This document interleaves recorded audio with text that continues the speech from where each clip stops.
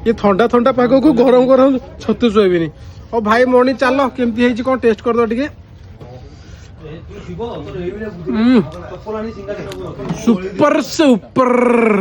नमस्कार जय जगन्नाथ। आज पुणी से छतु सोयाबीन से बिना पियाज रसुण जो शीतुआ पाग को खटा मिठा रागर फ्लेवर पुणी आउ थे हम शेष जाए वीडियो देखूँ। छतु सोयाबीन करने प्रथम आप सोरिष तेल नहीं जाए आलू को भलसे भाजीदेवे टिके हलदी और लुण देकी भाजीदेवे तापर आलू हो गला काढ़ीदेवे। छतु सोयाबीन पे आप प्रथम सोरिष तेल ने जिते करेंगे सोरिष तेल कले टेस्ट लगे।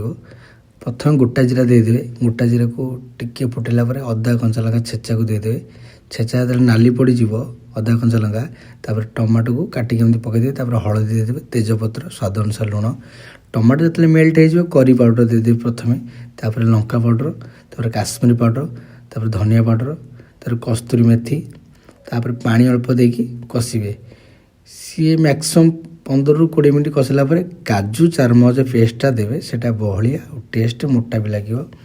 तापर भजा आलू को प्रथम आप कषिबे आ सोयाबीन की प्रथम आप जो गरम पानी बतुले देते चुपुड़ी पकेबे तापर छतु को हलदी पानी धोईकी पकईदेवे ताकू भी कषिबे मैक्सिमम 15 मिनट कषिला गरम पानी देदे फुटिया को छाड़दे अध घंटा तापर गरम मसला देदेवे तापर धनिया पत्र देदे फाइनल आम रेडी गला छतु सोयाबीन पूरा ए1 बहुत बढ़िया।